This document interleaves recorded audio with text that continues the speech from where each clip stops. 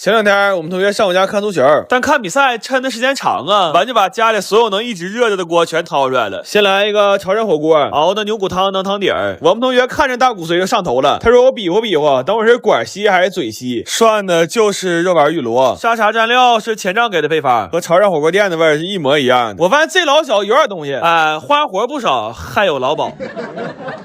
还来了一锅泥锅涮串，毛肚啊、青菜啊一样穿了点，这个泡椒牛肉是最爽。整根泡椒穿的，一咬滋一下。我看我弟穿贡菜的手法还挺熟练，一看就是当年没少给人织毛衣。本来想使砂锅涮来着，但串太长了，就又把养生壶掏出来了。我家这壶啊，除了烧水，别的事他全干了。完那边开始踢，我们也开始吃了。先烤的鹅肝，这个吃了开胃。我弟见这玩意儿就跟吃圆种似的，这鹅肝左边这边全让他吃了，当场扣听啊，直接洗漱去了。我说咱不能这么吃啊，得搭配点健康的呀。整2瓶这个冬季限定的 AMX 丹东草莓酸奶，这都是丹东原产地直采的草莓，草莓味老浓了。这来这么一顿火锅烤肉，再配上草莓酸奶，这感觉太得劲儿了。然后借着锅把战斧的牛也烤了。我本来寻思这么多肉，这玩意儿吃不了几口，但是后来发现是我多虑了，看看给骨头啃的，这扔大道上野狗看见都得骂骂咧咧走。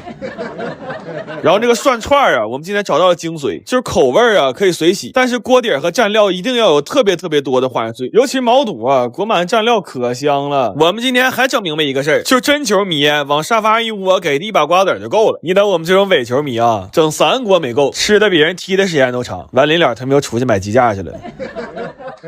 哎呦我呲！铁子们以后擦不了了，这我奇了怪了，我怎么让人盯上了呢？你说是不是我前女友的前男友的现女友的前男友的前女友跟我前女友有啥关系？完给我刮上了！哎呦我的妈！他不光给我刮小黑屋里头，我这一口气差点没上来，他还给我肺子刮掉了。你瞅给我气的倒这么多老抽，我差点又给那几个字秃噜出来。我插一句，这汤里你加点雪碧，冷藏2小时，汤绝了！我去好吃的我都想管我爸叫爹，你明白吗？咱们以后拒绝擦和妈，文明你我他，但是只说你我他，我还想他妈。今天这个饭我就不过多介绍了。昨天进小黑屋之前，不少朋友也看着了，咱就总结一句话：除了难吃没毛病。谢谢啊。那个孩饭店嘛好吃，这200来块钱东西以后就别自己在家整，没必要，犯不上，犯不上。商量，宝儿们，咱留个暗号，以后你要想听，你就说个呲，我就给你呲。他妈的，嘿，没记性。哈尔滨太热了，上隔壁的隔壁来凉快。这民宿的房东挺性情，骂骂咧咧请我们吃好几顿饭了，这就属于跟我们爷俩尿到一个壶里去了，你知道吧？咱能占人这便宜吗？我说那么的，晚上我给你掂这俩菜，你看看我这手艺咋样？主要他家楼下馆太贵了。今天认真了啊！你看像这个鸡爪子、炖牛肉，还有酸菜鱼，这要不是什么大人物上我家，那都吃不着。但其实上礼拜来俩女同学，我也做了些。我怕这小子吃不惯，再埋汰我给来了一套 DBC 3连。你看咱这个豆角孬的，你再看这个肉段烧茄子，还有这个尖椒护心肉，我这也算是领他体验一下哈尔滨盒饭文化呀。完了，我让枸杞整点喝的，他这一下订这老些。我说你干啥呀？穷家富路啊？他说不是，用奇尔卡点的，这卡点外卖7折起，每天最高领66块钱红包，上支付宝搜奇尔卡就能免费办一张，这2枚扣才花10多块钱。昨天开个优酷会员才4块多，贼合适，点评论区链接也能领。我发现这小子花自己钱的时候都可仔细了。之后从他家冰箱里掏出2个青菜炒一炒，赶紧上炕吃饭。来吧，吃香了，酸辣土、煎糊、断茄、外五、卤爪、酸鱼、孬角、小烩牛。这个房东看我在这拍挺紧张，我说你客气个嘚儿啊，当自己家呀，哥们儿。这牛肉汤泡点饭，这豆角汤再泡点饭，我的妈呀！你就说在家这么吃一顿，是不是比出去吃省都好吃多了？完了，饭吃了一半，房东说要上学校接他妹妹回来，放暑假了。我弟这家蹦高跟人说，快去吧，我给你热菜，回来让妹妹吃热乎的。快30年了。我从来就没见他这么孝顺过，真的。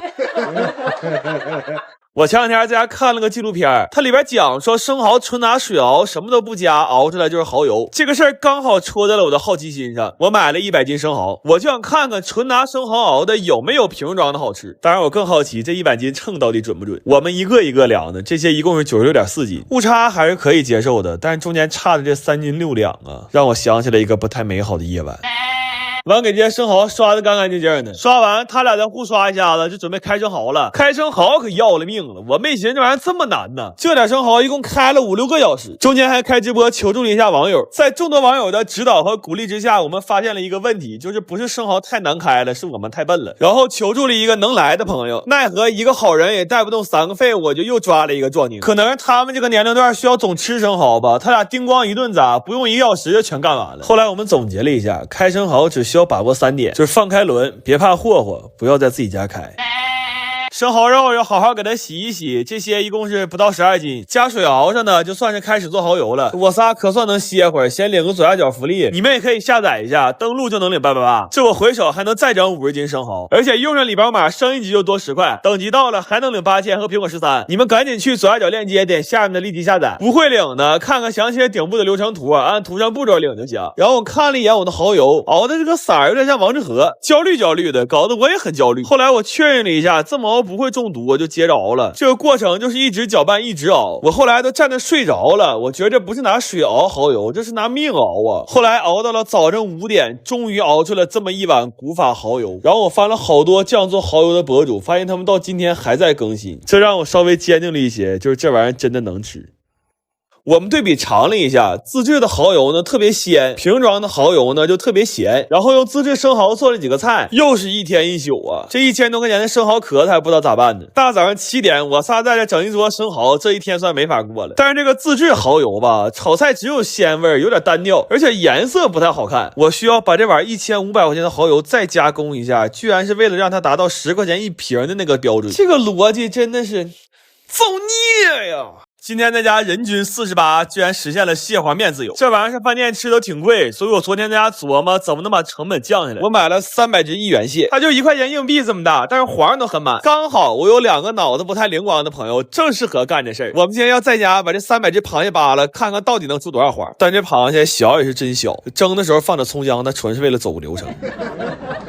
这螃蟹肉少，一个蟹腿只能取出这么点肉来，然后身子小，黄也不太好抠。我先拿筷子抠一遍，然后我弟弟拿镊子筛一遍，还有后盖这点黄，平时吃螃蟹都不啃，今天全给抠出来了。这黄给我抠的眼珠焦黄，瞅啥都是橘色的。这个过程就跟开高速似的，就是不累但腻歪。就后来都唠叨我四姨夫30年前炸大果的事儿了，就真没话了。我都想把这段经历写简历里了，这可能是我头30年参与的最大的项目。